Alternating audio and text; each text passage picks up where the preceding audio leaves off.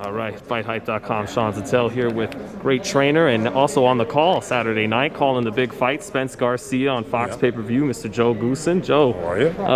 I know you're just talking with Angel Garcia a moment ago. He says in this fight, got to throw more punches than we did when we fought Porter. Do you agree with that assessment? That Danny's got to pick it up to win Saturday night?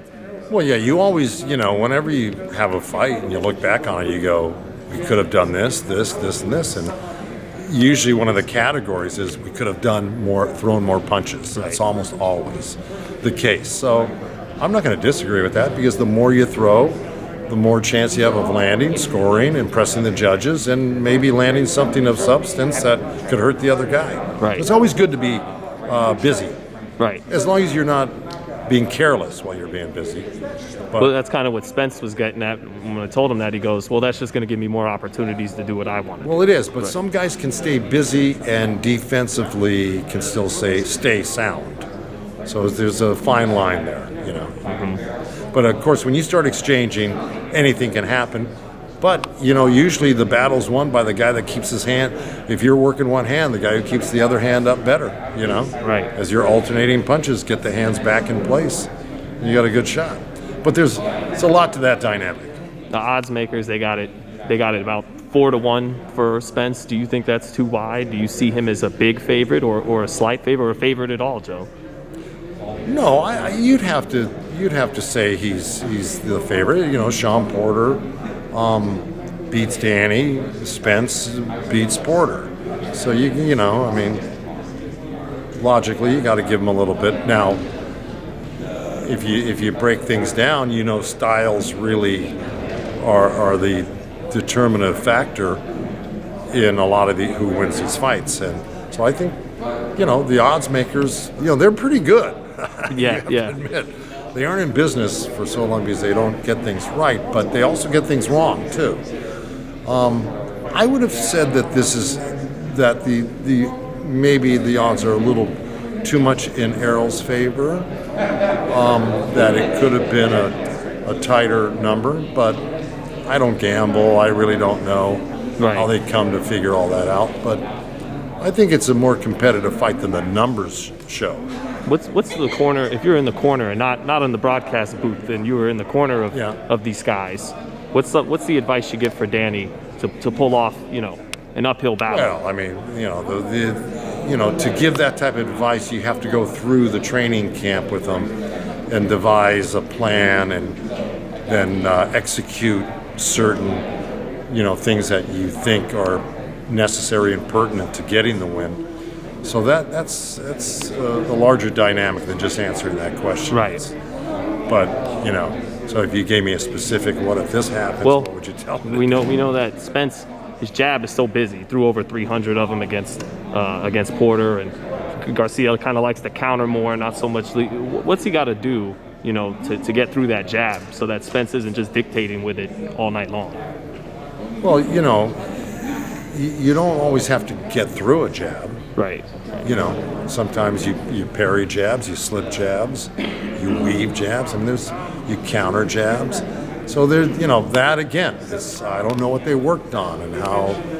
I do know that when we're going to fight a southpaw, you work on a lot of positioning of your left hand in relation to the right-handed jab of your opponent. You don't want to leave it too low because then they have once they start getting the distance on you and touching you, then they can measure you. Mm-hmm. So the thing is you try to, a lot of times, control their jab a little bit more by stepping on top of it, stopping it, parrying it. Don't let them get that measuring stick on you so easily. But that, again, takes a certain amount of practice and talent. High-level stuff, right?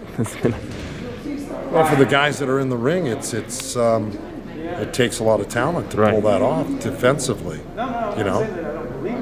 But it's Danny's a smart guy. See, he's a defensive specialist, and he's a great counterpuncher. So I'm sure they brought in a lot of left-handed sparring, and they had plenty of time to get him acclimated to the southpaw stance, because the southpaw stance is an opposite image of what you're normally, fighting. out of all the fights Danny's had, he's fought, I think, 5 southpaws. Now, in relation to the total amount of fights he's had, that's a small percentage. So, most of your stuff as a right-hander is geared towards other right-handers. So you necessarily have to bring in other southpaws and kind of do a crash course. And although he just did fight, not just, but he fought, his last fight was against Ivan Redkach, who was a southpaw. So that's, that was good. That's good practical experience going into this fight because he's fighting Errol as a southpaw. So that's a little bit of an advantage, to tell you the truth. You think maybe because Spence said he's more dedicated now than he has been because of the accident. Yeah. Question is he going to look as good? Any chance you think he looks better in this fight than he ever has before? Maybe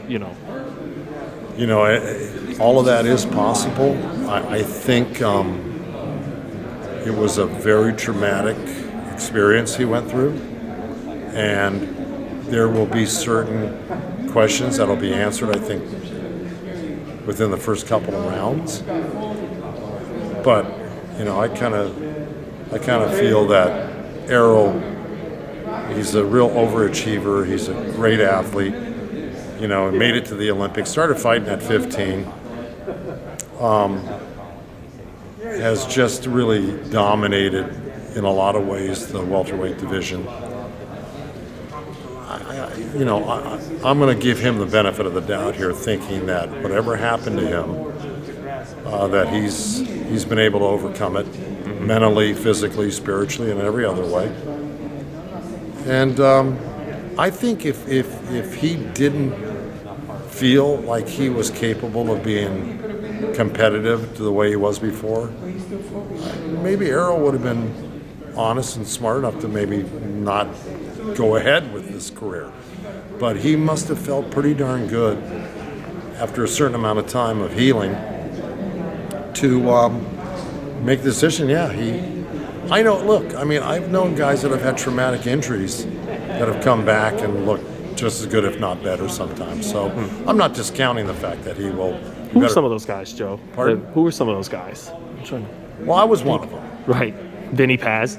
No. Well, I'm just talking about as a kid. I got hit by a car when I was young, and I was out of school for a year. I was in the hospital for a month, so just personally, it wasn't boxing, but it was. I came back, and as a 12-year-old, I got hit when I was 11. As a 12-year-old, I was playing Pop Warner football, baseball again, tackle football, and I had some very serious.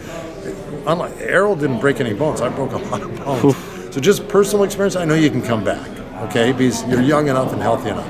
Now, you brought up Pass. Yeah, he had a broken neck, and he came back. And again, you don't have to go through the list. We know there have been people, fighters, baseball players, football players that have had horrible injuries, and they somehow come back and, reclaim their spot. So I'm of the opinion that Errol is probably going forward all this because he feels great.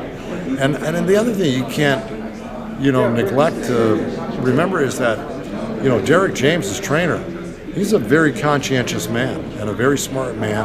And I don't think he would allow Errol to go through all of this training and all of this stuff if he had somewhere along the line in training had seen something that bothered him, that maybe Errol was going to put himself in a lot of danger here. So Derek James is the type of guy, he's conscientious.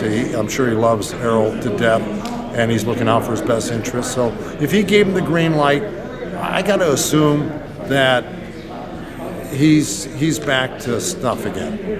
And also, lastly, Joe, I know you got to call it down the middle. So there's no pick to be had from you because you're calling the fight, but. Neither of these guys have ever been down, never been stopped. Yeah. Are we in store, in your opinion, for a 12-round fight, or do you think this one will end in a stoppage? I think the number in Vegas is the betting is for the total is 10.5 rounds. So looks like the betting experts think it's going to go. I think the favorite is to go over 10. I may be wrong, but I think that's what it is. I would think that because of their abilities to take great shots which they do, is probably, I'm leaning towards a longer fight rather than a shorter fight. But, plus Danny's style, I mean, he's pretty evasive when he wants to be and needs to be. And if Errol puts on a lot of pressure early, that might suit him well to try to wear Danny out, get to him. But I just think you've got a great matchup here. And that's the great thing about it, is that it's hard to pick. I mean, I can't say somebody's a 4-1 favorite over the other guy. They're both, Danny's a 2-division champion. Errol's, multiple title holder at 147. Those things don't come easily. You don't attain that just because you got lucky. You got to be. Not only do you have to be dedicated, you have to be really good. So especially in these divisions, right, where there's always so much talent. See you guys. This is probably one of the most, I'd say, talent-packed divisions there is out there right now. This and 154. Some great fighters out there. You want to see the winner fight Crawford, the guy everyone's. Look, I mean, I understand that. That's what everyone's talking about. That. That's never up to me. But it's like I didn't make the Garcia Spence fight happen. I'm just going to call it.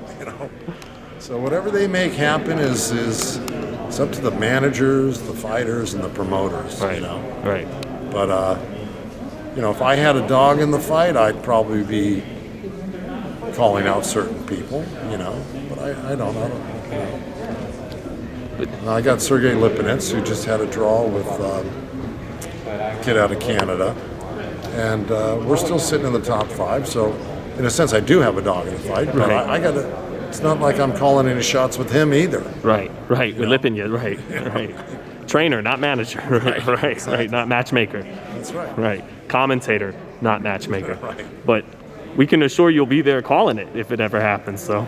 Well, I would like to think so. Yeah. Terrence Crawford's a great fighter. Yeah. Absolutely. These guys at the top, they're there for a reason. They're really talented, and Crawford's no exception. Well, look at what Pacquiao did at 40 years old when he fought Keith Thurman. I mean, Keith Thurman is a really good fighter. Hits hard. He's smart. He's fast. A lot of people in boxing thought Thurman would definitely win that fight, not Pacquiao. Yeah. You as well, right, Joe? No, I did. Yeah. But I just, you wonder how much Manny had at 40.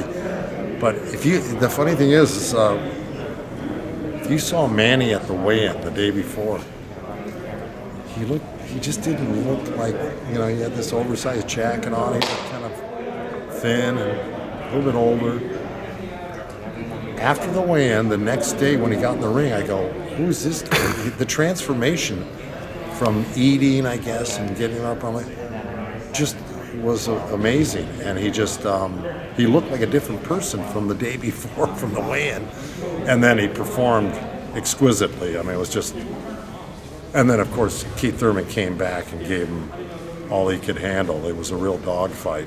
I wouldn't mind seeing Manny fight the winner of this fight at all. That'd be great too. So we'll see where he. I love seeing Manny fight anybody. He's he always gives you what you want. He really is one of the greatest fighters of all time, isn't he, Joe? Yeah. Well, we've had in our era. I mean, you have Mayweather, who beat Manny, so you got to give him that. So I'm gonna have Mayweather at the top position there, and until further notice, and then Pacquiao, pretty. He's the next in line there as one of the all-time greats. Right. I mean, they're both multiple division winners, multiple, money makers where they just pay-per-views off the charts. Now even Canelo's getting his name in the right below them. Not there, but right below them, right? Yeah. He's building his Yeah, I mean, did you, it just seemed like Manny and Mayweather, they fought maybe a little bit earlier on. I don't know if they fight as often to make that, keep your name out there in public. When was Canelo's last fight? A year ago. Yeah, that's what I mean. Against Kovalev, yeah. Huh? Against Kovalev. So it'll have been a little over a year when he gets in the ring against Callum. Of course, within yeah. the trying COVID times that we have now, I understand that. But, we'll see about Canelo. He's a great fighter. I mean, come on. Of course, Mayweather beat him, too, rather handily. Now, it was years ago when he was younger, but I don't care what. That's how good Mayweather is. Yeah. Just impossible to beat. Only way you get a shot, a guy could beat him maybe is if you get a time machine and even get Sugar Ray Leonard or Robinson out from a time machine. Yeah, and even then, Or maybe, who was great was his uncle, Roger. Let me tell you, that was, he was coming up, fighting at the time when I had a lot of action in the 80s. Man, Roger was a killer. He had a right. Well, Julio Cesar Chavez Sr. told me, he said, nobody hit him harder than Roger Mayweather. He said that? Oh, yeah. Well, he makes this real excruciating, painful face when he tells you about it. He throws the punch, then he makes his face about how hard it was. But yeah, no, he said nobody hit him harder. I was at that second fight. Oh, wow. At the Forum. Oh, wow. Wow. Yeah, and it was just an amazing fight. I don't think anybody else besides Chavez could have beaten Mayweather that night. I really don't. Mayweather was that on. And he hit Chavez with everything in the book. And it just didn't dissuade him. Chavez kept coming. So it's a little debilitating mentally when you hit a guy with everything in the kitchen sink and they keep coming. Yeah, but Chavez was noted for that. Right, yeah. Great stuff, Joe. Thanks so much. Oh, yeah. Just appreciate it for your time. No problem at all. Hey, just can't wait to see you on the call Saturday night on pay-per-view. Well, I'm really looking forward to it. I think there's a lot of interesting questions that'll be answered Saturday night. And I'm looking forward to finally having some people. 11,000. How many? 11,000. Yeah, that's a start. Yeah, I'm looking forward to it. So, all right, pleasure. Thank you, Joe. No problem.